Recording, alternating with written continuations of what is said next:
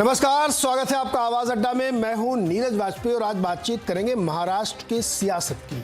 आज का घटनाक्रम ये है कि सुप्रीम कोर्ट में आज सुनवाई थी जो विधायकों को अयोग्य करार देने के लिए की याचिका थी, लेकिन उसमें सुनवाई अगले तारीख के लिए यानी 1 अगस्त के लिए टली। इस बीच हुआ क्या, काफ़ी चर्चा हुई, दोनों पक्षों ने अपने अपने तर्क रखे और एक पक्ष ये मांग कर रहा था उनको अयोग्य घोषित किया जाए, दूसरा पक्ष इसके लिए विरोध कर रहा था।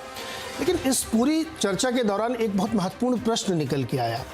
वो महत्वपूर्ण प्रश्न ये था कि जो सॉलिसिटर जनरल साहब थे उन्होंने एक बात रखी कि मैं बहैसियत एक चीज़ कहना चाहता हूँ, ये लॉयर के तरीके से नहीं कि मतलब किसी पक्ष की तरफ से मैं कह रहा हूँ कि एक विषय जिस पर चर्चा होनी चाहिए, और वो विषय शायद ये रखा गया कि जो प्री पोल अलायंस की पार्टीज़ हैं, अगर वो प्री पोल तोड़ के कहीं और जाने की कोशिश करती हैं, जाती हैं, तो उनके जाने को क्या एंटी डिफेक्शन में रखा जाए कि न रखा जाए, इस पर विचार होना चाहिए। ये अपने आप में एक बहुत ही बड़ा विषय है और ये पूरे अब तक की जितनी इस तरह की घटनाएं हैं उनके को मोड़ देने वाला है।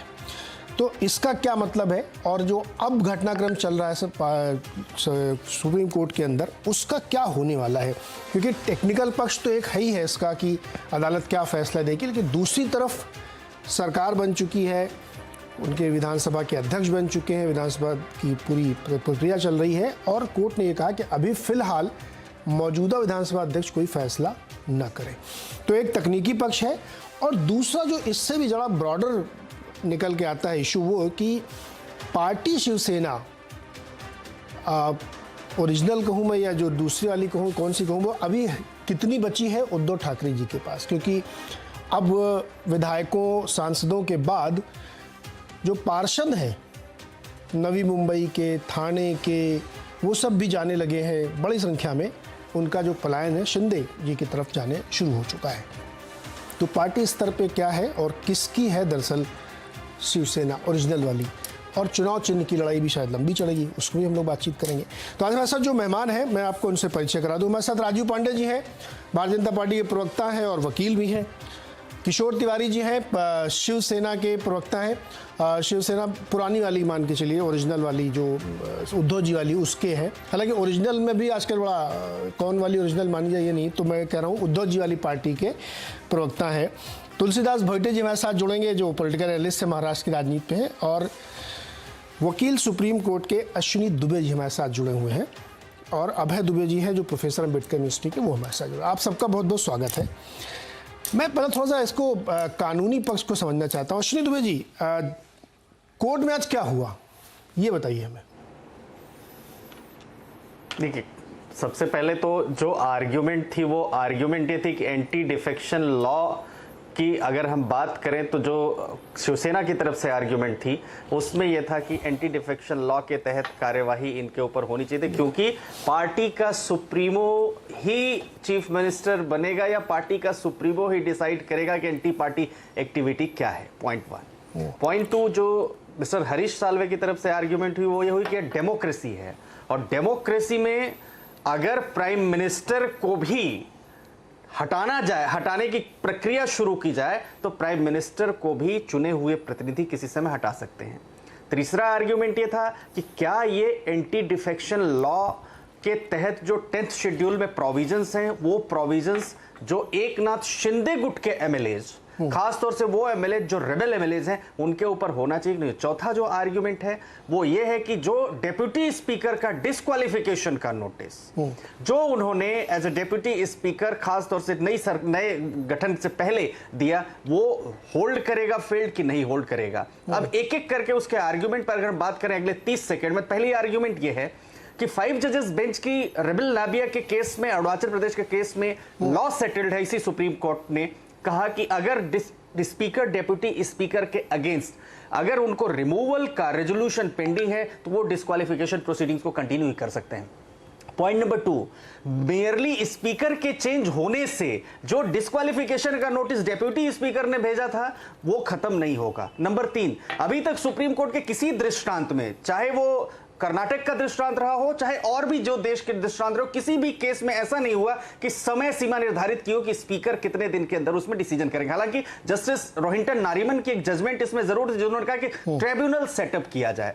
और सबसे बड़ी चीज उस सबसे निकल करके एक बात ये आती है कि क्या गवर्नर का सरकार बनाने के लिए उस गुट को इनवाइट करना कॉन्स्टिट्यूशनली और लीगली वैलिड था, क्योंकि मोरली वैलिड की बात नहीं करते, मोरालिटी की नीरज भाई हम आप नहीं बात कर सकते पॉलिटिक्स में, कॉन्स्टिट्यूशनलिटी और लीगैलिटी की अगर हम बात करें तो था क्या, तो वहां का अगर आंसर देखें तो आर्टिकल 174 चार बातें कहता है। पहला कहता है कि अगर स्पीकर को लगता है कि इनकम्बेंट गवर्नमेंट के पास पावर्स वो नहीं है, नंबर नहीं है, तो वो कॉल कर सकता है। दूसरा, अगर सबसे बड़ी पार्टी जो है अगर वो कहती है, क्लेम करती है कि हम ये जो है इनके पास मेजॉरिटी नहीं है और फ्लोर चल रहा है, तो उस समय होगा।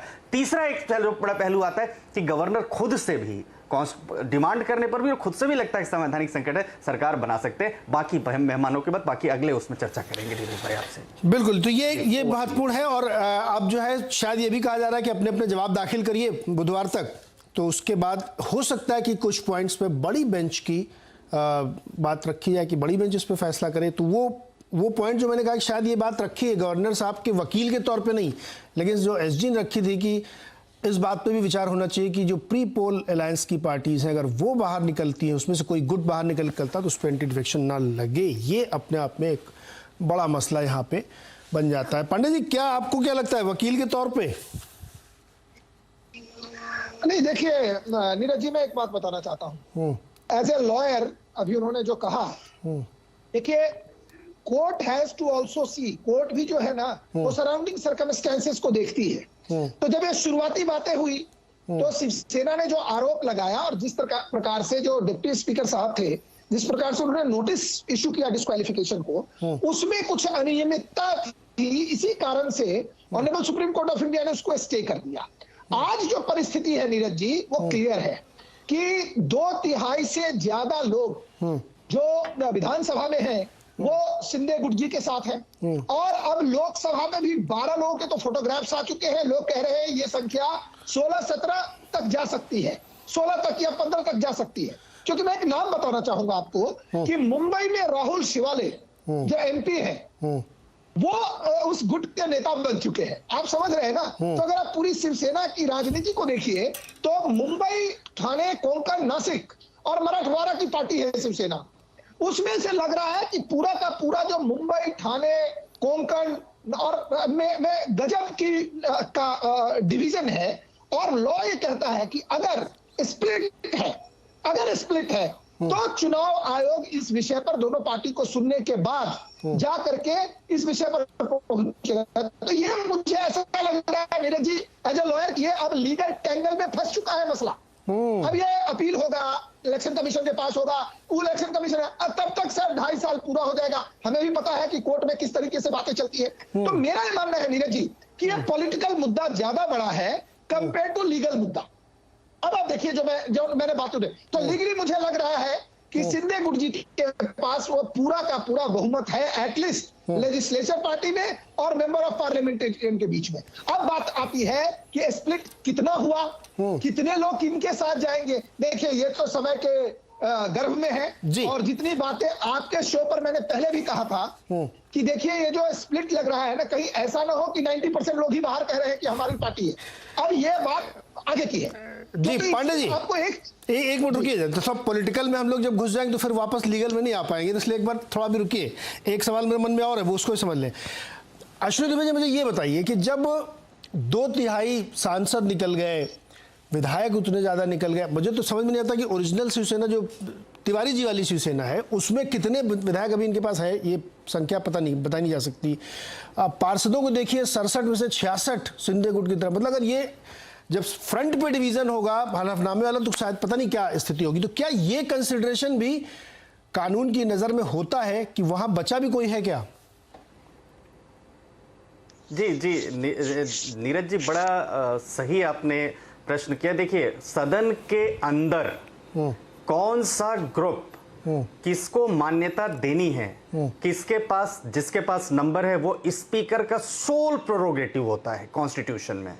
और वो स्पीकर ने शिवसेना लेड बाई एकनाथ शिंदे को विधानसभा के अंदर ये माना कि यही शिवसेना है। तो जब तक वो सदन चलेगा या जब तक 2.5 साल का कार्यकाल पूरा नहीं करते और अगला चुनाव नहीं होता, तब तक वहां पर शिवसेना लेड बाई एकनाथ शिंदे को ही संवैधानिकता और जो वहां पर उनको मान्यता है वो मिल गई। उसी तरह से सिमिलरली कल जैसे मेंबर ऑफ पार्लियामेंट्स को लेकर के जो देश के स्पीकर, पार्लियामेंट के स्पीकर बिरला जी ने किया, वो वहां पर उनका प्रोरोगेटिव है। एक ये पहलू हुआ। अब हम एक तो यहां ये क्लियर हो गया कि दोनों जगहों पर शिवसेना लेड बाय एकनाथ शिंदे ही विधानसभा में और लोकसभा में लीड करेगी। अब उसके बाद दूसरा जो पहलू आता है वो ये आता है कि किसके पास शिवसेना जाएगी और स्प्लिट ग्रुप कौन सा होगा। तो आप देखिए कल की अगर राष्ट्रीय कार्यकारिणी को आप देखें तो राष्ट्रीय कार्यकारिणी को बनाने के बाद उसको इलेक्शन कमीशन को इन्फॉर्म करना जरूरी होता है। एकनाथ शिंदे गुट ने राष्ट्रीय कार्यकारिणी बनाई, आदरणीय उद्धव ठाकरे जी को बनाया, अध्यक्ष बनाया और अपने कार्यकारी अध्यक्ष बनाकर उन्होंने उनको संवाद किया। अब सिंबल किसके पास जाएगा, पार्टी किसके पास होगी, वो इलेक्शन कमीशन निर्धारित करता है। उसके कुछ पैरामीटर्स हैं, शाखा प्रमुख, तालुका प्रमुख, ब्लॉक प्रमुख, गवर्निंग बॉडी जो अलग अलग जगहों पर बनी हुई है, पार्षद, पूर्व MLCs, Rajya Sabha MPs, Lok Sabha MPs और विधानसभा एमपीज, वो जो चारों पांचों टेस्ट हैं इलेक्शन कमीशन के, वो जो पास करता है उस टेस्ट के मुताबिक उसको पार्टी दे दी जाती है। लेकिन सुप्रीम कोर्ट में शिवसेना किसकी होगी ये मुद्दा नहीं है। सुप्रीम कोर्ट में जो प्रमुख मुद्दे हैं वो कॉन्स्टिट्यूशनैलिटी को लेकर के हैं और लार्जर बेंच को, बड़ा अच्छा आपने सही कहा कि एक तरफ हिंट ये भी आ रहा था कि इस मैटर को लार्जर बेंच को रेफर कर दिया जाए, तो लार्जर बेंच को भी रेफर कर सकते हैं, लेकिन क्वेश्चन ऑफ लॉ फॉर्मुलेट करना पड़ेगा। वो क्वेश्चन ऑफ लॉ ये फॉर्मुलेट होगा कि फ्लोर ऑफ द हाउस की कार्यवाही कोर्ट्स डिसाइड नहीं करती हैं। फ्लोर टेस्ट टाइमली होना चाहिए, इस पर तो लॉ है, लेकिन क्या और बाकी जो कार्यवाही सदन के अंदर की सुप्रीम कोर्ट के इसी बेंच ने महाविकास आघाड़ी के केस में 2019 से साफ तौर पर कहा कि हम हाउस का सम्मान करते हैं तो हाउस भी हमारा सम्मान करे, परंतु अल्टीमेट टेस्ट कहां होगा, वहां होगा फ्लोर के अंदर। उसी तरह डिस्क्वालिफिकेशन के केस में भी कोई पैरामीटर्स फिक्स नहीं हुए, लेकिन अगर वो डिस्क्वालिफिकेशन जुडिशियली करेक्ट नहीं है तो वो सुप्रीम कोर्ट ने जैसा कहा कि आप प्रिंसिपल ऑफ नेचुरल जस्टिस का वायलेशन करें, 48 घंटे के अंदर आप कोई ऐसा नहीं कर सकते कि आपने नोटिस दिया और तुरंत डिस्क्वालीफाई कर दें। You have to give them time to file reply. तो उन्होंने 11 जुलाई तक कर दिया और इन द मीन टाइम इतना लीगली सधा हुआ शिवसेना लेड बाय एकनाथ शिंदे गुट का कार्यक्रम चल रहा था, जो कल तक आपने देखा कि बड़े ही करेक्ट, बड़े ही प्रॉपर लीगल एडवाइस से वो चले और उन्होंने पूरे शिवसेना के ऊपर सदन के अंदर कब्जा कर लिया। जी पांडे जी, इस पे आपको जोड़ दीजिए, फिर मैं राजनीति वाले मामले में उतर आऊं। बिल्कुल सही कहा, मैंने भी पहले यही कहा था। देखिए, लेजिस्लेचर पार्टी में clear cut winner Eknath Shinde ji हैं, मेंबर ऑफ पार्लियामेंट के बीच में क्लियर कट विनर वो हैं, उनको कोई खतरा नहीं है। अब बात आती है कि जो 16 विधायक को जो डिस्क्वालिफिकेशन नोटिस दिया, उस पर अभी सुप्रीम कोर्ट को यह तय करना है कि इसकी सुनवाई कहां होनी चाहिए। मान लीजिए उन्होंने तय किया कि ठीक है स्पीकर साहब इस पर सुनवाई करें, उसके बाद स्पीकर साहब के ऑर्डर को चैलेंज किया जाएगा दोनों पार्टियों की तरफ से। मेरा यह मानना है कि देखिए, जहां तक लोकसभा और विधानसभा का जो विषय है ना, यह सेटल हो गया है। बात केवल एक चीज की बचती है नीरज भाई, वो बचती है कि जो धनुष बाण जो शिवसेना का है वो कहां जाएगा। इसके लिए लड़ाई इलेक्शन कमीशन में शुरू होगी कि कौन रियल शिवसेना है। आज के डेट में आपने बिल्कुल सही कहा कि हमारे जो किशोर तिवारी जी हैं, मंद मंद मुस्कुराने वाले, वो किसके प्रवक्ता बनकर के बैठे हैं, उसमें थोड़ा कंफ्यूजन है। तो अब वो देखना है कि वो धनुष बाण किसके साथ जाता है और वो जो शिवसेना का जो नाम है वो किसके साथ जाता है। और इसके लिए एक लंबी लड़ाई इलेक्शन कमीशन के पास चलेगी, ऐसा एज ए लॉयर मुझे लग रहा है। हाँ। तिवारी जी बताइए सर, पहले तो सर छोटा एक लाइन बताइए, आप किसकी तरफ से हैं? मतलब आजकल तो पूछना पड़ता है सर। अब एक आपकी एक प्रवक्ता थी जो कल तक टीवी बैठी थी, फिर अचानक से उधर चली गई, तो ऐसे ही मतलब जानकारी के लिए पूछ रहा हूँ, उसके बाद फिर पॉलिटिकल क्वेश्चन। नहीं, ये देखो, मैं सुचिता की राजनीति में ये करता हूँ और मैं बीजेपी से मतभेद होने के बाद शिवसेना में आया था। हाँ। तो एकनाथ शिंदे जी के साथ जाने का कोई मतलब नहीं आता, मैं अभी बता रहा हूँ। हाँ। उन्होंने तो कल मुझे वो कोई एक किसान मिशन का चेयरमैन था। हाँ। तो लात मार के हकाल भी दिया, तो चलता है। तो मैं एक बात बता रहा था आपको कि पासवान जी का एक केस हुआ था, सिंबल और राजनीतिक पार्टी किसकी, तो लोक जनशक्ति पार्टी का। तो उसमें भी ये सिद्ध हुआ कि हमारी शिवसेना की कॉन्स्टिट्यूशन ही ऐसी क्लोज डोर है, क्योंकि बाला साहब ठाकरे को भी मालूम था कि ये कोई भी आएगा नुक्कड़ का नेता और पार्टी हथिया लेगा, तो उन्होंने इसको बड़ा क्लोजली बनाया हुआ है। और ये जितने लोग छोड़ के गए वो पार्टी के कई पदाधिकारी नहीं थे, पार्टी के कॉन्स्टिट्यूशन के हिसाब से जितने लोग हैं उतने लोग हमने इन्फॉर्म कर दिया। अब लेजिस्लेटिव पार्टी और पार्लियामेंट्री पार्टी में उनको रिकॉग्नाइज किया है। तो मैंने तो पहली बार देखा कि लेजिस्लेटिव पार्टी में जो लीडर बना है वो पॉलिटिकल पार्टी में अपॉइंटमेंट कर रहा है, यानी क्या चल रहा है, और वो पार्लियामेंट्री पार्टी में भी कर दे रहा है। तो ये बीजेपी का किराया कराया है और इसके पीछे बीजेपी ही है और हमारी लड़ाई बीजेपी से है। और नीरज वाजपेयी ये बीजेपी से भी लड़ाई होने के कुछ प्रमुख कारण है। जब औरंगाबाद की सभा में उन्होंने बोल दिया कि मैं जनेऊधारी ब्राह्मणत्व या हिंदुत्व, जनेऊधारी हिंदुत्व का वाला नहीं हूं, मैं बहुजन हिताय वाले हिंदुत्व का हूं, जो शिवाजी महाराज का हिंदुत्व है वही लेके मैं चलूंगा, इसके लिए मुझे सत्ता में रहना पड़े या ना पड़े। सवाल पूछना है तिवारी जी से, उन्होंने बहुत गलत बात की है, मुझे उसके लिए एक सवाल पूछना है। अरे मुझे बोलने दो ना, मुझे बोलने दो। एक सवाल तो सुनिए, आपने बहुत गलत बात कह दी है। अरे मुझे बोलने मैं पूछ लूं? पूछ लेता हूं। अरे रुकिए तिवारी जी, आपने तिवारी जी ने कहा, आपने क्या कह दिया कि माननीय बाला साहेब ठाकरे को भी पता था कि कोई भी नुक्कड़ का आदमी, इस तरीके की गलत बात मत करिए आप। माननीय बाला साहेब ठाकरे को पता था कि उनकी आइडियोलॉजी के कारण से उनकी पार्टी है और उनके आइडियोलॉजी, उनके हिंदुत्व निष्ठ होने के कारण से, हिंदुत्व आइडियोलॉजी के कारण से आपने ये क्या कह दिया? आपने क्या कहा? शिवसेना में रियली में भाजपा से शिवसेना में गए हैं, आपको शिवसेना के बारे में पता नहीं है, ऐसा मेरा मानना था। बस इतना ही कहना है मुझे। ये देखो, पॉलिटिकल पार्टी की कॉन्स्टिट्यूशन बिगड़ पड़े, कोई लोग आ जाते और ये बात करते। अरे मुझे पता है कि वो है, लेकिन आपने क्या कहा कि बाला साहेब ठाकरे को भी पता था कि कोई नुक्कड़ का नेता हमारी पार्टी हथिया लेगा, इसलिए उन्होंने ऐसा कहा। मैं इस बात को ऑब्जेक्ट कर रहा हूं। आप कॉन्स्टिट्यूशन की जो बात कर रहे हैं उस पर मेरा ऑब्जेक्शन नहीं है। धन्यवाद। देखो चलो, नुक्कड़ का नहीं तो थाना का बोल दो, चलता है ना। बस हो गया। क्या तिवारी जी थे तिवारी जी? कल तक आपके थे राहुल उद्धव जी के दाहिने हाथ थे, बाएं हाथ थे, अब वो नुक्कड़ हो गए। यार रुको ना, एक नाथ शिंदे के इतने समर्थक हो गए कि खुद की अस्मिता बेच दी। क्या लोग है, मैं बता रहा हूं, जितने लोग छोड़ के गए वो 95% शिवसैनिक थे, करके चुन के आए थे और 5% खुद के भरोसे चुन के आए। तो मैं अभी बता देता हूं कि अभी जो सर्वे आया है उसमें ही बताया है कि 39 लोग हार जाने वाले हैं, जिसमें एकनाथ शिंदे भी है। तो मुझे लगता है ये 2.5 साल के राजा है, इसके बाद इनकी राजनीति का अस्त होने वाला है। उतने भी दूर जाने नहीं पड़े। बीजेपी ऐसे लोगों के साथ, देखो छोड़ के जा रहे हैं। एक मिनट देखो तो सही, तुम मेरी बात तो, नीरज जी मुझे इतना बोलने दो।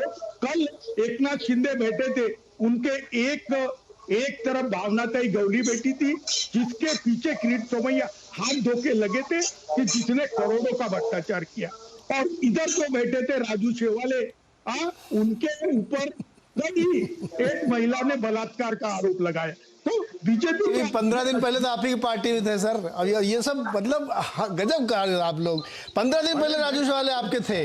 अरे ये मेरे पार्टी में रहेगा तो मैं अच्छा बोलूंगा, पार्टी छोड़ के जाऊंगा तो खराब बोलूंगा ना। हाँ नहीं, ये जो तिवारी जी की साफगोई है ना, ये हमको बहुत पसंद है। मतलब एकदम हमारी पार्टी में तो ठीक है, दूसरे में कहते बुराई करूंगा, एकदम साफ। मेरी पार्टी में रहते हुए मैं क्या एकनाथ शिंदे बन जाऊं कि इधर रह के उधर की बात करूं?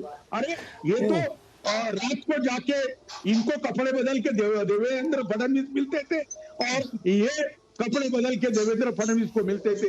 अरे कपड़े बदलने क्यों पड़ता था भाई? ऐसे मिल सकते थे वो। अरे डायरेक्टली मिलते ही थे, उसमें क्या दिक्कत है?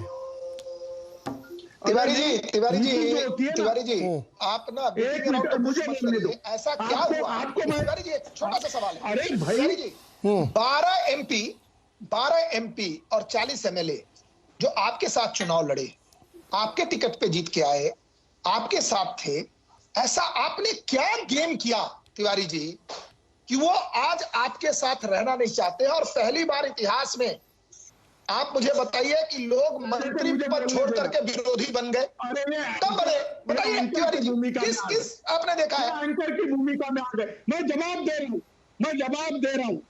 देखिए, बीजेपी ने जो ईडी का जादू चलाया, जो फाइलें जमाई, और जो चार्टर प्लेन अरेंज किए, जो हार्ड कैश दी, उसका जादू है। अरे उद्धव जी की साफ गोई, विनम्रता और सच्चाई की वजह से तुमने उनके पीठ में खंजीर जो खुद तो ठोका है, उसका बदला तुम्हारे से जनता लेंगी। इतना ही मैं बोलता हूं।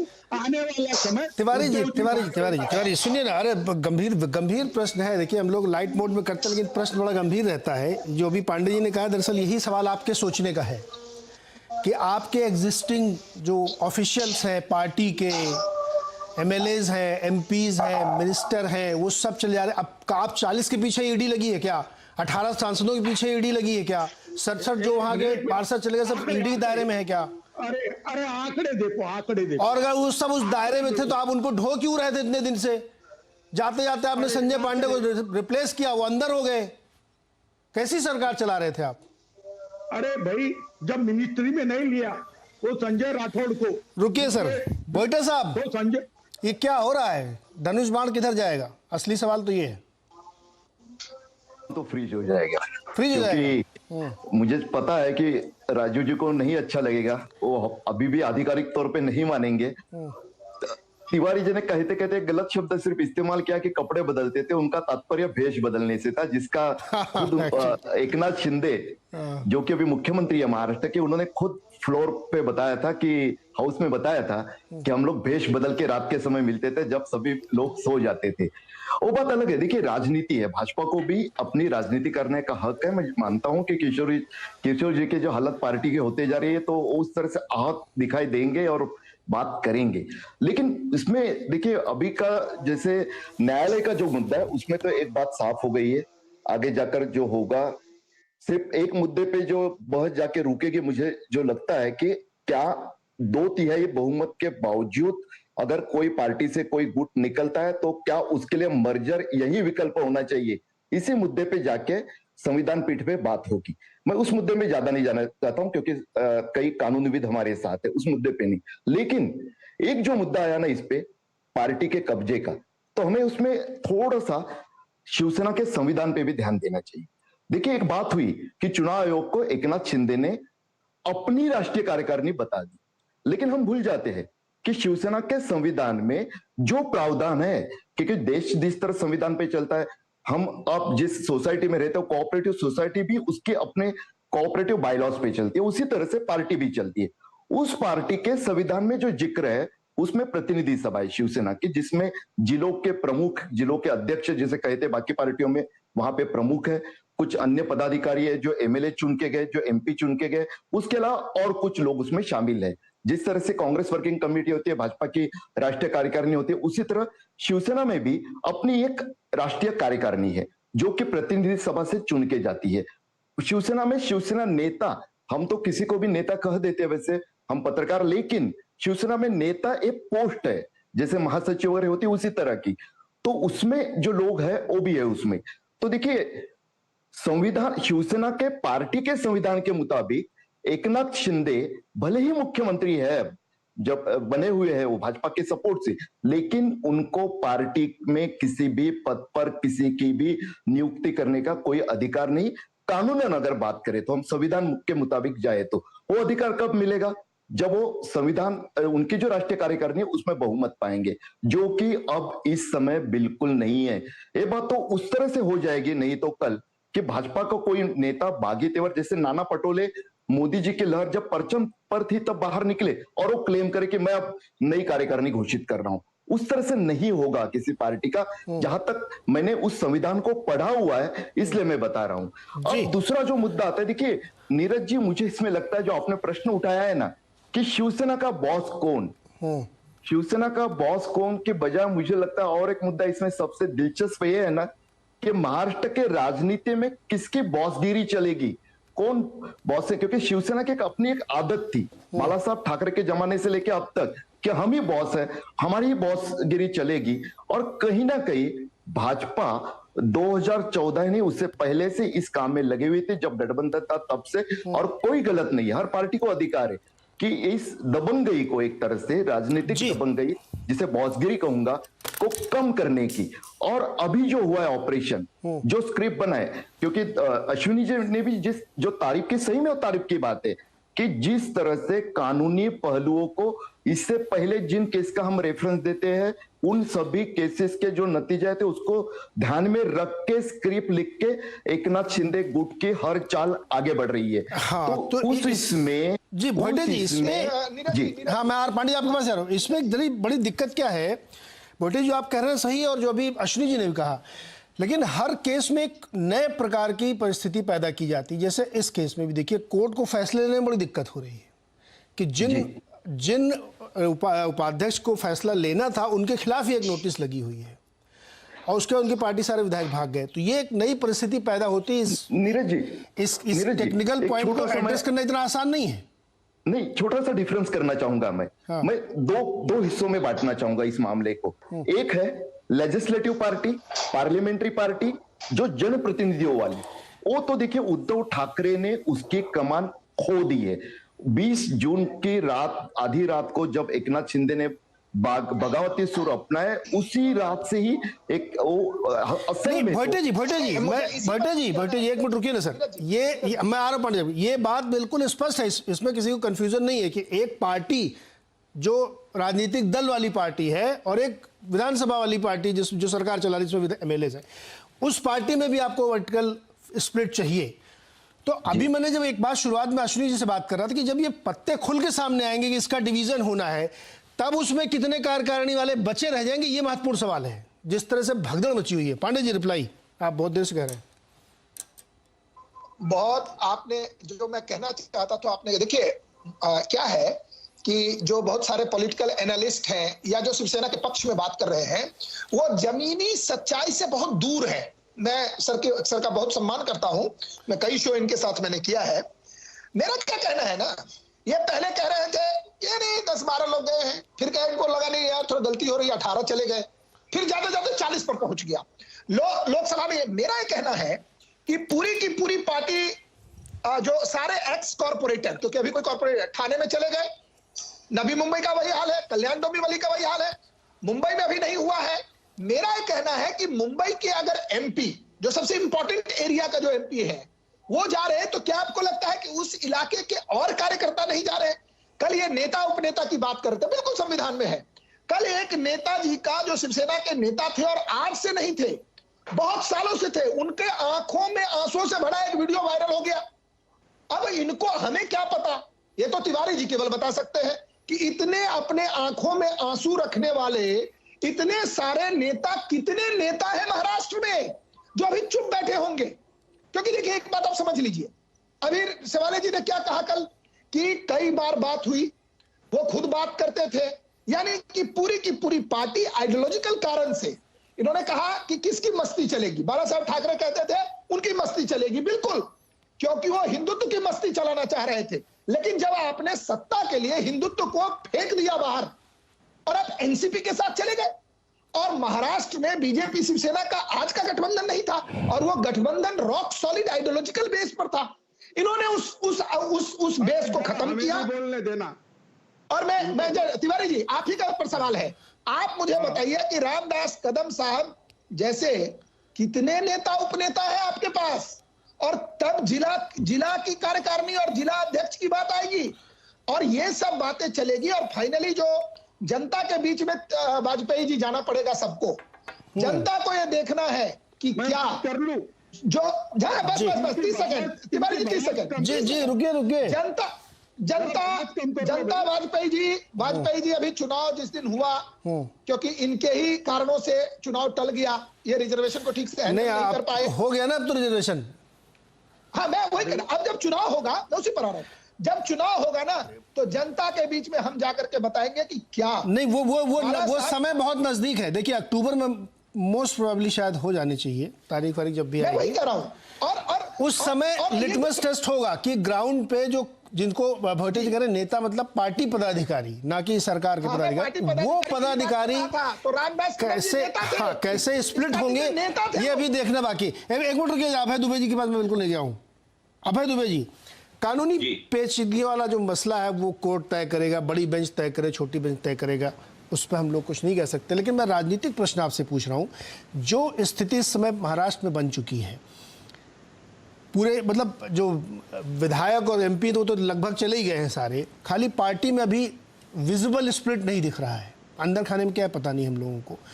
आपको लगता है कि उद्धव जी के पास क्या बचेगा, या हो सकता है कि नहीं, ऐसा बहुत बार होता है, फिर से वो रिवाइव कर सकते हैं? नीरज जी, मुझे तो बिल्कुल साफ तौर पर लग रहा है कि कोई तकनीकी पहलू कोई भी हो, तकनीकी पहलू हमेशा रहते हैं, पेचीदगियां रहती हैं, लेकिन जो राजनीति का रुझान है वो साफ तौर पर मुझसे कहता है कि सत्ता जा चुकी है उद्धव ठाकरे की, और अब पार्टी भी उनके हाथ से चली जाएगी। बहुत मुश्किल है उनको पार्टी को रोकना, और भारतीय जनता पार्टी की पूरी योजना यही थी। भारतीय जनता पार्टी की पूरी योजना यही थी। और आपको याद होगा जब महाराष्ट्र में राजनीतिक संकट शुरू हुआ था तो आप ही के आवाज अड्डा पर ही मैंने कयास लगाया था कि भारतीय जनता पार्टी एकनाथ शिंदे को मुख्यमंत्री बना सकती है, और उस वक्त तक मुख्यमंत्री बनाकर रखेगी जब तक उसका राजनीतिक स्वार्थ पूरा नहीं हो जाता। उसके बाद में फिर वो चुनाव लड़ेगी अकेले ही और पूर्ण बहुमत प्राप्त करेगी। ऐसी भारतीय जनता पार्टी की योजना है। वो कर पाएगी कि नहीं कर पाएगी एक अलग बात है, लेकिन उसकी योजना है, और अपनी योजना पर वो बाकायदा सुव्यवस्थित तरीके से अमल कर रही है। और आपको ध्यान होगा उस वक्त कई लोगों ने कई तरह के कयास लगाए थे। एक कयास ये भी लगाया गया था कि खुद उद्धव ठाकरे ही किसी तरीके से इस गठबंधन से नाराज हैं और वो बाहर निकलना चाहते हैं, इसलिए उन्होंने ही शायद इस रिवोल्ट को इंजीनियर करवाया है। एक कयास ये भी लगाया गया था। जाहिर है कि ये कयास गलत साबित हुआ। मैं नहीं कह रहा हूं कि मुझे कोई इल्हाम हो रहा था इसकी वजह से मैंने ये कयास लगा था। एक राजनीतिक समीक्षा थी, मुझे लग रहा था कि भारतीय जनता पार्टी ऐसा करेगी। क्यों? अगर शिवसेना उद्धव ठाकरे से छीननी है तो एक शिवसैनिक चाहिए। अगर फडणवीस मुख्यमंत्री होते तो वो उद्धव ठाकरे से शिवसेना नहीं छीन सकते थे, क्योंकि तब सारे शिवसैनिकों को उद्धव के लिए बहुत आसान हो जाता उनके मुकाबले खड़ा कर देना। एकनाथ शिंदे के मुकाबले खड़ा करना बहुत मुश्किल है, क्योंकि एकनाथ शिंदे उस विरासत में साझेदार हैं जो उद्धव ठाकरे के पास भी बाल ठाकरे की विरासत है।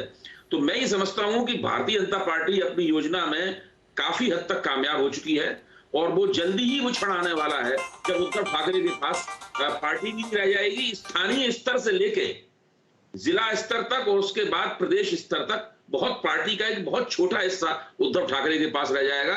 बाकी सारा का सारा एकनाथ शिंदे के साथ चला जाएगा, और अंततः भाजपा धीरे धीरे कर इस पूरे पार्टी और सब चीजों को कई उसकी निगलने की विधियां होती हैं, हम सब लोग उस बात को जानते हैं। भाजपा उसको निगल जाएगी। इसीलिए मैं पहले भी कहता रहा हूं कि एकनाथ शिंदे ओटीपी हैं। ये एक वन टाइम पासवर्ड जो कि भारतीय जनता पार्टी ने कहीं से प्राप्त कर लिया है शिवसेना को तबाह और बर्बाद करने के लिए। तिवारी जवाब दीजिए। देखो, अभय दुबे का बहुत मैं मान रखता हूं, और वो बहुत दूर से देखते तो उनको ग्राउंड रियलिटी मालूम नहीं है। 2.5 साल के अंदर देखो, मैं दूर से देख के बता दिया था उन्होंने कि एकनाथ शिंदे बनेंगे सीएम। दूर से देख के आप करो, उनको ग्राउंड रियलिटी नहीं पता है। अरे भाई, ये क्या राजू पांडे को तुम आधा समय देंगे और आधा समय मुझे नहीं देंगे तो पूरा तिवारी जी आपको पूरा समय पूरा देखो, अभय दुबे जी जब मोदी जी 14 में पहली लाट लेके आए थे तो बीजेपी अपने भरोसे लड़ी थी और 124 सीट ली थी, और हमने उस वक्त 66 सीट लड़े। अभी इनके साथ लड़े हम तो 53 सीट पे आ गए। मैं मुझे बता रहा हूं कि ये है ना, बीजेपी रीजनल पार्टियों को खत्म कर रही है, ये हमें विश्वास हो गया। अब हमके दाव डाला है उन्होंने, हमने ये चैलेंज दिया है, लेकिन ये 2.5 साल के अंदर तो जिन्हें मैंने अभी बोला ना, जनेऊधारी हिंदुत्व नहीं है, ये मेरे बहुजन समाज का हिंदुत्व है। ये प्रबोधनकार ठाकरे की लाइन उन्होंने ली तो महाराष्ट्र में कभी भी बीजेपी खुद के बलबूते पे सत्ता पे आ नहीं सकती। ये सब कुछ हो रहा है, इसका सबसे ज्यादा गेन कांग्रेस को होने वाला है। आपको बताता हूं, राष्ट्रवादी कांग्रेस की अपनी जगह पर लूजर बीजेपी रहने वाला है। अगर हम 288 सीट लड़ लेते हैं या 48 सीट लोकसभा की लड़ लेते हैं तो मुझे लगता नहीं कि बीजेपी की एक भी सीट चुन के आएगी, क्योंकि जातीय समीकरण इस प्रकार के महाराष्ट्र में बने हैं। तिवारी जी एक मिनट, मैं बहुत सम्मान के साथ आपसे कह रहा हूं, जब इनके साथ आप मिल के लड़े, लहर चल रही थी, तब तो आप आधी नहीं जीत पाए। 112 में कितनी 50-60 जीत पाए, अब आप करो 218 जीत लेंगे। मतलब थोड़ा सही लगाइए तो मैं मान लूंगा। सही 19 में 19 में मोदी से भ्रम निराश हो गया था, पर्याय दे नहीं पाए। 24 में सर तो- देखिए 24 में इतना तो आसान भी बदलना ही नहीं है, इतना आसान अरे भी नहीं देश है। को ही बदलना है, अरे देश को ही बदलना है। हाँ, ये पूंजीवाद के खिलाफ राष्ट्रीय आंदोलन होने वाला है। 23 तक तो ये सब ऐसे ऐसे भगोड़े सब भाग जाएंगे। ये भगोड़े चले जाए, सेकंड दीजिए। पार्टी साफ हो जाए। ओके ओके यही हमारी ओके इच्छा थी। तिवारी जी आप जो है ना एकेडमिक चर्चा पे ले जाते हो, फिर अगर मैं एकेडमिक चर्चा पे उतरूंगा तो फिर दूसरी तरफ पहुंच जाएगी, फिर आपसे मैं तिवारी, हिसाब लूंगा कि 2.5 साल में आपने क्या क्या यहाँ पे चर्चा वो समाजवाद फैलाया है, फिर एकेडमिक चर्चा होगी, फिर इसमें उधर मत जाइए। दुबे जी एक छोटा सा कमेंट, फिर पांडे जी आपके पास आता हूँ। अबे दुबे जी क्या कहना देखिए, चाह रहे हैं? मैं ना शिवसेना का समर्थक हूँ ना भारतीय जनता पार्टी का समर्थक हूँ। मैं कोशिश करता हूँ कि राजनीतिक परिस्थिति की समीक्षा करके उसके ऊपर कोई टीका टिप्पणी करूं, और इसीलिए आप लोग मुझे मौका देते हैं, उसके लिए सबका धन्यवाद है। तिवारी जी जो बात कह रहे हैं, ये बात सही हो सकती है भविष्य में, कि भारतीय जनता पार्टी अकेले दम पे बहुमत न प्राप्त कर पाए। मैं तो कह रहा हूं उसकी योजना ये, उस योजना का ये जो चरण है कि पहले सरकार ली जाए, उसके बाद संगठन लिया जाए, और उसके बाद अपनी योजना को जमीन पर उतारा जाए। और महाराष्ट्र की राजनीति में देखिए, धीरे धीरे भाजपा शिवसेना की जूनियर पार्टी थी, ये तो एक सच्चाई है कि अब वो सीनियर पार्टी हो गई है, अब वो शिवसेना से ज्यादा मजबूत है, उसके पास ज्यादा विधायक हैं, ज्यादा एमपी, सब शिवसेना से वो बेहतर स्थिति में है। तो मेरा निवेदन सिर्फ ये है कि समीक्षा को समीक्षा की तरह लिया जाए, और वो कोई मेरी कोई भविष्यवाणी नहीं है, लेकिन जो अभी नजारा दिखता है उसका रुझान इधर ही इशारा कर रहा है। बिल्कुल पांडे जी, रुझान के तो विश्लेषण हम लोग कर रहे हैं।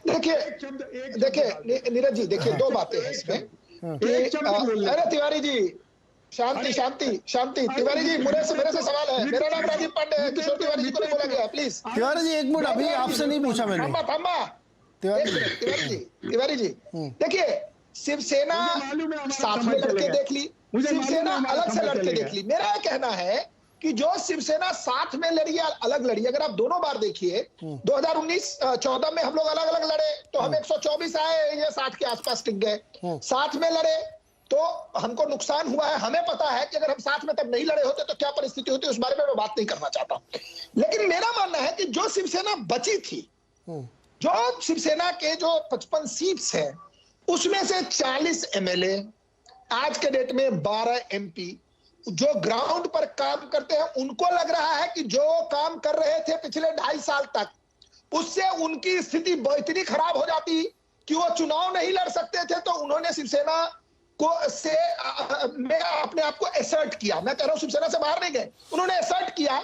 और जो एनसीपी जो सरकार चला रही थी, कांग्रेस का तो कोई मतलब था नहीं, क्योंकि सबसे बड़ा जो फायदा हो रहा था इस सरकार को, इसके चक्कर में उनके 2 मिनिस्टर जेल में भी चले गए माल के चक्कर में, और एक जो कमिश्नर बनाया वो भी जेल चला गया।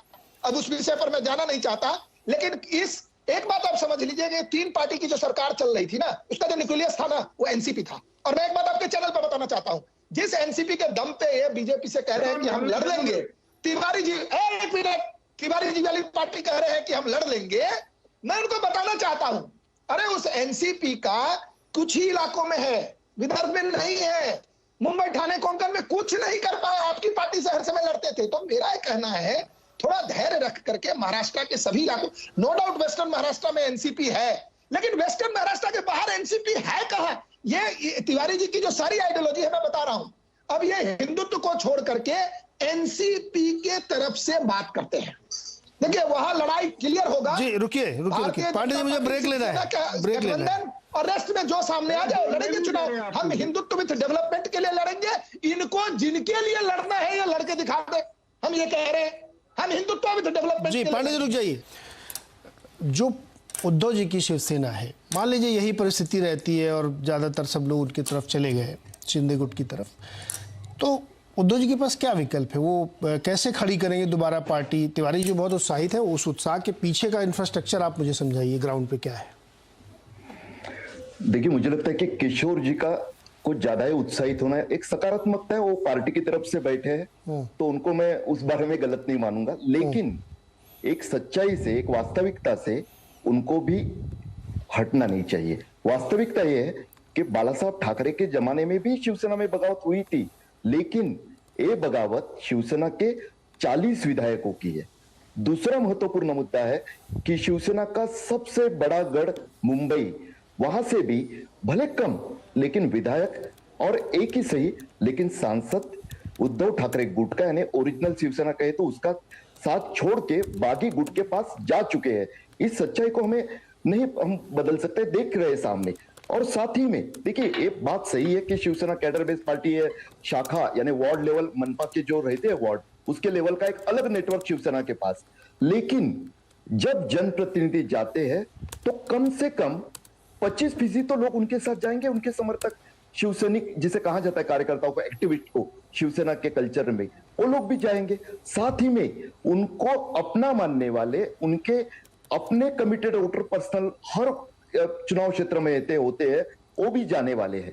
देखिए, अब ही सही, देर से ही सही, शिवसेना के नेताओं ने जो काम अभी शुरू किया है, जैसे उद्धव ठाकरे ने शिवसेना भवन में बैठ के अपने नेताओं को मिलना, क्योंकि सबसे बड़ा आरोप जो शिंदे गुट की तरफ से लगाएगा वो था कि हमारे नेता हमारे लिए भी एक्सेसिबल नहीं है।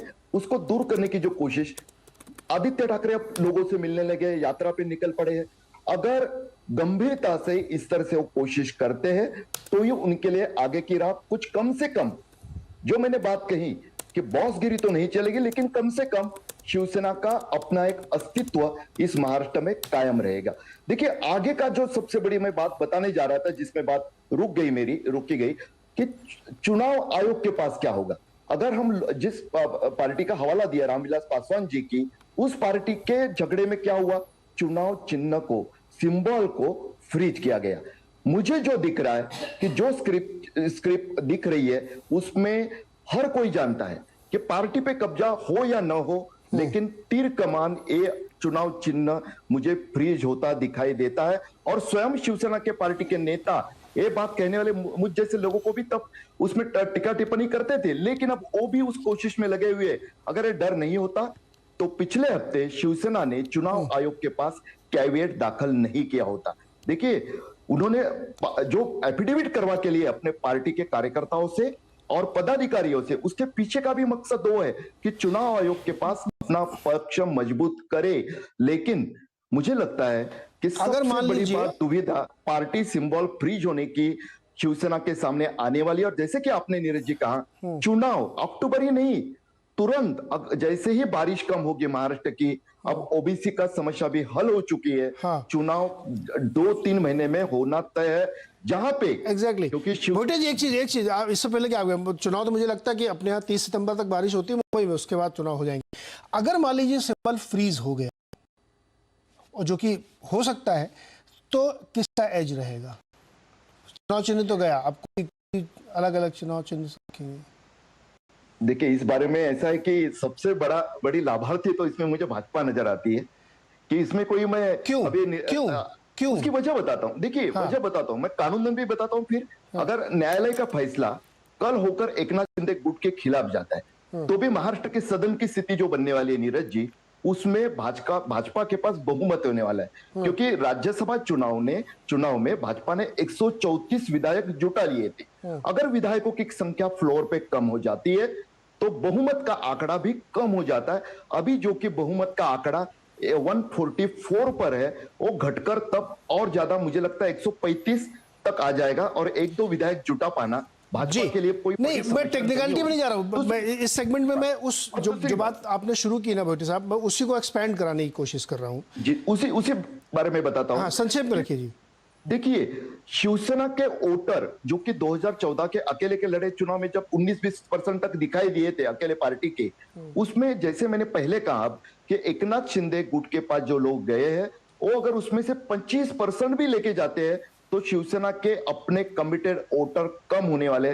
साथ ही में एकनाथ शिंदे शिवसेना के वो नेता थे जो पार्टी को धन बल की भी आपूर्ति करते थे। किशोर जी इसको नहीं मानेंगे। मैंने वही तो पूछा था कि इंफ्रास्ट्रक्चर और बैंडविड्थ कहाँ है भाई। देखिए, सरकार अगर आपके सब एमपी एमएलए चले जाएंगे तो ये मतलब एक प्रैक्टिकल है, हर पार्टी के साथ होता है। आपका बहुत बड़ा इंफ्रास्ट्रक्चर दूसरे साइड डाइवर्ट हो जाता है। एक आखिरी सिर्फ बात, एक ही प्लस मैं शिवसेना के बारे में बताना चाहूंगा सर, वन लाइन प्लीज। हाँ, कि उनकी अपना शिवसेना का अपना एक अलग कल्चर है। वहां पे कितने भी बड़े बड़े जनप्रतिनिधि इससे पहले भी गए हैं, अब भी जो ग्राउंड पे दिखाई दे रहा है, एक पत्रकार के तौर पे बता रहा हूं कि वो अगर हट भी जाते हैं तो भी शिवसेना के मेजोरिटी वर्कर ठाणे जैसा इलाका छोड़कर जहां पे एकनाथ शिंदे की तूती बोलती है, जहां पे उनकी मोनोपोली थी, बाकी क्षेत्रों में कुछ हद तक शिवसेना अपना वजूद काफी हद तक, कुछ नहीं बचा पाएगी। हालांकि चुनाव में शिवसेना को हानि होना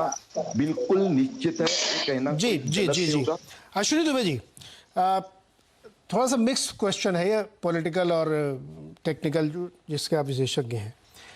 मान लीजिए चुनाव चिन्ह फ्रीज हो ही गया या हो जाएगा, इसके बाद दोनों पार्टी अलग अलग तरीके से लड़ेंगी, और चेहरा जो होता है ना, जो आप जिसके दम पे आपकी पार्टी चलती है, वो धनुष बाण नहीं होता या कोई और चिन्ह नहीं हो सकता, वो व्यक्ति होता है जो उस पार्टी को खड़ा करता है। गाय बछड़ा, हल्दर किसान, दीपक, ये सब चुनाव चिन्ह थे ना किसी जमाने में, लेकिन व्यक्ति बड़े थे, सोच बड़ी थी, विचारधारा बड़ी थी, जो आगे पार्टी को ले जाती है। तो अगर ये फ्रीज हो गया तो उस स्थिति में भी क्या होगा? नीरज जी, बड़ा वैलिड प्रश्न आपने पूछा है। महाराष्ट्र में शिवसेना की पॉलिटिक्स में बाला साहेब ठाकरे, मातोश्री और शिवसेना भवन, ये तीन चीजें बड़े इंपॉर्टेंट रोल प्ले करती हैं। बाला साहेब ठाकरे को एकनाथ शिंदे जी ने कभी क्रिटिसाइज नहीं किया, वो कहते हैं कि हम सच्चे शिव सैनिक हैं। मातोश्री उद्धव ठाकरे जी के पास है। अब रही बात शिवसेना भवन की, वो एक विषय है, परंतु अभी हमारे विद्वान पैनलिस्ट बात कर रहे हैं धनुष बाण की। धनुष बाण झारखंड मुक्ति मोर्चा का भी सिंबल है, तो ये कोई नेशनल पार्टी नहीं है कि इसका सिंबल आइडेंटिफाइड है, जैसे कि हाथ का पंजा और कमल निशान हो गया। ये एक पार्टी है जिसमें सिंबल किसको मिलेगा वो इलेक्शन कमीशन तय करेगा अपने पैरामीटर से। जरूरी नहीं है फ्रीज कर दें, अगर फ्रीज करते तो आप समाजवादी पार्टी के केस में देखिए, जब दोनों पार्टीज दोनों गुट क्लेम कर रहे थे तो साइकिल सिंबल दिया। सिंबल इससे इंपॉर्टेंट होता है कि आखिरी व्यक्ति तक उसका पहुंचना जरूरी होता है, और वो जो पैरामीटर इलेक्शन कमीशन के हैं वो पैरामीटर्स डिसाइड करेंगे, ना कि शिवसेना का संविधान डिसाइड करेगा। शिवसेना के संविधान के मुताबिक ऑफिस बियरर्स का नंबर और कितने मेंबर्स अभी हैं, फाउंडर्स मेंबर्स में से कितने मेंबर्स हैं, नेशनल एग्जीक्यूटिव में कितने मेंबर्स हैं, युवा सेना के कितने मेंबर्स हैं, महिला सेना के कितने मेंबर्स हैं, शाखा प्रमुख, तालुका प्रमुख कितने मेंबर्स हैं, एमपी एमएलएस का आपने देख लिया कि वो सारा का सारा उनके पास है। तो वो इलेक्शन कमीशन का प्रोरोगेटिव है, और उसमें मेरे ख्याल से धीरे धीरे शनय बीजेपी या आप कह लीजिए शिवसेना लीगली एडवाइस से आगे जा रही है। उन्होंने कल अपनी कार्यकारिणी प्रस्तुत कर दी है, आगे आने वाले दिनों में भी आपको दिखेगा। 5 महत्वपूर्ण केसेस जो हैं उसकी हम बात करें। किशोर तिवारी जी, आप अगर आपकी बात को कॉन्ट्राडिक्ट करेंगे तो आप कहिएगा, लेकिन मेरे को कंप्लीट कर लेने दीजिए। 5 महत्वपूर्ण बातें हैं। पहला ये जो मुकदमे हैं कि डिप्टी स्पीकर से शुरू की गई अयोग्यता की कार्यवाही के खिलाफ एकनाथ शिंदे की याचिका, डिप्टी स्पीकर रिमूव हो गए, और डिप्टी स्पीकर का जो एक्शन था वो 5 जजेस बेंच से डायरेक्ट हिट था। तो वो मैटर कायदे से हम देखें तो डिप्टी स्पीकर का एक्शन, तो जो डिस्क्वालिफिकेशन का नोटिस है वो खत्म नहीं हुआ, लेकिन डिप्टी स्पीकर रिमूव हो गए। दूसरा मुकदमा डिप्टी स्पीकर की ओर से शुरू की गई अयोग्यता की कार्यवाही के खिलाफ भरत गोगावले और 14 बागी विधायकों की याचिका। तीसरा, गवर्नर की ओर से उद्धव ठाकरे को सदन में बहुमत साबित करने के निर्देश के खिलाफ सुनील प्रभु की याचिका, जिसमें सरकार भी बन गई।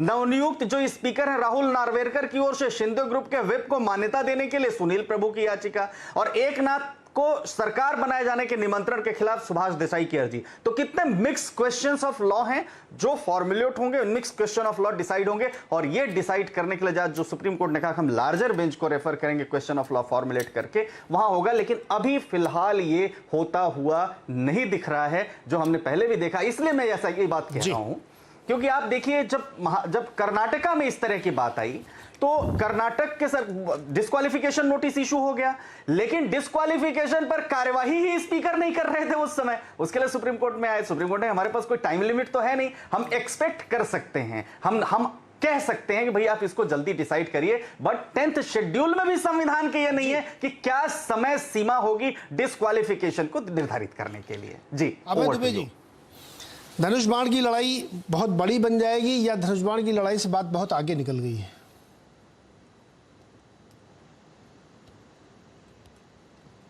अभय दुबे जी। जी देखिए, धनुष बाण की लड़ाई, धनुष बाण तो एक, जैसा कि बताया अभी अश्विनी जी ने बताया कि वो झारखंड मुक्ति मोर्चे का भी चुनाव चिन्ह है और शिवसेना का भी चुनाव चिन्ह है, तो वो कोई ऐसा राष्ट्रीय चुनाव चिन्ह नहीं है।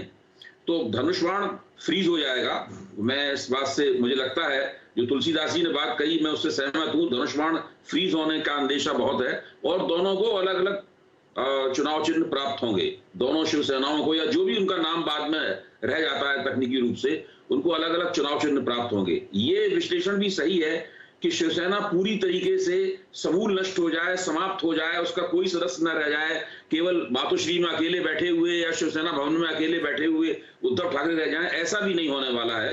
भारत में एक बार एक पार्टी बन जाती है, वो पूरी तरीके से कभी समाप्त नहीं होती। उसका कहीं ना कहीं दफ्तर बना रहता है, कुछ ना कुछ उसके सदस्य बने रहते हैं, वो वक्तव्य जारी करते रहते हैं। तो शिवसेना उनके मुकाबले जमीन पर कुछ ज्यादा रहेगी, लेकिन चुनावी दृष्टि से मुझे लगता है कि वो उत्तरोत्तर निष्प्रभावी होती चली जाएगी, क्योंकि भारतीय जनता पार्टी सामाजिक, उसका जो जनाधार है, उसका जो सामाजिक आधार है, ऐसी युक्तियां भारतीय जनता पार्टी विकसित कर लेगी। अभी भारतीय जनता पार्टी ने वो दिखाया नहीं है वो, लेकिन मेरा मानना है, जैसा जितना भाजपा को मैं समझता हूं, भाजपा ऐसी युक्तियां विकसित कर लेगी, इस तरह की सामाजिक गठजोड़ के ऊपर भाजपा जोर देगी, जिससे शिवसेना का जनाधार धीरे धीरे कर भाजपा के पास चला जाएगा और उसकी पहली बानगी इसी विधानसभा चुनाव में और मुंबई महानगर पालिका के चुनाव में हम लोगों को दिखाई पड़ेगी। जी तिवारी जी, संक्षेप में रखिएगा सर, समय एकदम समाप्त हो रहा है जी। हाँ, देखो, मैं एक बात बता देता हूँ अभय जी और तुलसीदास जी को कि मेरी उद्धव जी से पूरी बात हुई। जिस दिन ये लोग छोड़ के गए उसके बाद ही हमने हमारी मानसिकता बना ली, क्योंकि सब संवैधानिक जो स्तंभ है वो सारे स्तंभ यही मैनेज करते हैं अभी। तो मुझे ऐसा लगता है कि हमने चुनाव चिन्ह और अस्तित्व, ये सब चीजों पे बहुत गंभीरता से बात की है, और मुझे लगता है कि बीएमसी के चुनाव के बाद आपकी जो चर्चा का पूरा रुख बदल जाएगा कि एकनाथ शिंदे का अस्तित्व कितने दिन का।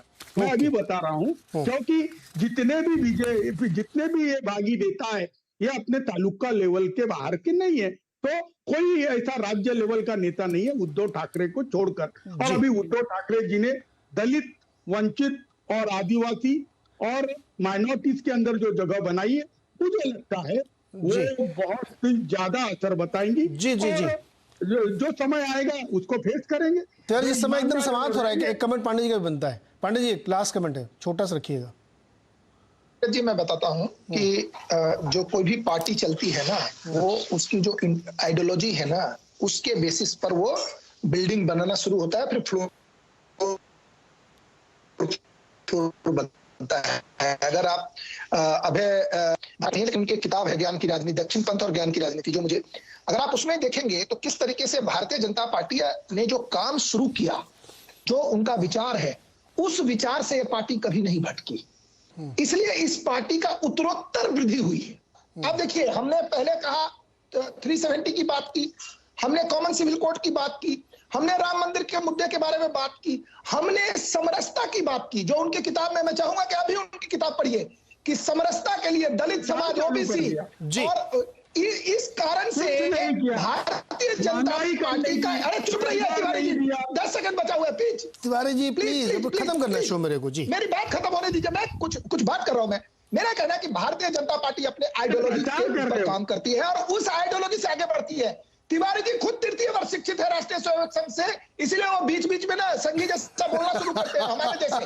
उनको पता है, मैं उनको जानता हूँ अच्छे से, मेरे मित्र है। मैं एक बात बताता हूँ, आज जो देश में एकमात्र पार्टी है, तिवारी जी, नीरज जी, देश में एकमात्र पार्टी है जो अपने आइडियोलॉजी को बिना कॉम्प्रोमाइज करते हुए लोगों के बीच में जाती है। उसमें दो चीजें हैं, समरसता, जो हिंदू समाज में जो विभेद था उसको निपटाना, जी सर, और पांडे जी समय एकदम समाप्त, मालूम पड़ा कल समय समाप्त हो रहा सर, समाप्त हो रहा। देखिए तिवारी जी, पांडे जी, सभी लोग मालूम पड़ा शांत हो जाइए सर। देखिए क्या होगा भविष्य गर्भ में, हम लोग तो खाली विश्लेषण कर रहे हैं। सुप्रीम कोर्ट क्या तय करेगा, इलेक्शन कमीशन क्या तय करेगा, या उद्धव जी क्या तय करेंगे और शिंदे जी क्या तय करेंगे, उनका अपना विषय वो तय करें, हम लोग विश्लेषण कर रहे हैं। लेकिन तिवारी जी, ये शायद आपके लिए, चूंकि आप इस समय बैकफुट में हैं, रिसीविंग एंड पे आप लोग हैं, तो आपको ये सोचना पड़ेगा कि ऐसा क्यों हुआ, और एक बड़ी स्ट्रेटजी, ये सब चीज़ें करनी पड़ेंगी जो आपको पहले करनी चाहिए थी। जब सरकार जाने वाली हुई तो दनादन औरंगाबाद का नाम बदल दो, इसका नाम बदल दो, उसका नाम बदल दो, ये सब पहले करना चाहिए था आपको, जो टोटके आप बाद में कर रहे थे। दूसरा, एक बहुत जो भी पांडे जी कह रहे थे वो हो सकता है कि आपको अच्छा न लग रहा हो। वीर सावरकर की घनघोर आलोचना होती थी और आप उनकी पार्टी, उनकी समर्थक, लेकिन कुछ नहीं बोलते थे आप, सरकार के दबाव में थे आप। ये सब चीज़ें कहीं ना कहीं परकुलेट हुई और उसका फ़ायदा आप देखिए ऐसे उठ रहा है।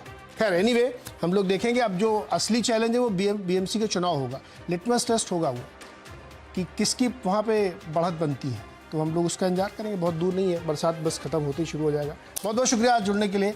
देखते रहिए CNBC आवाज़।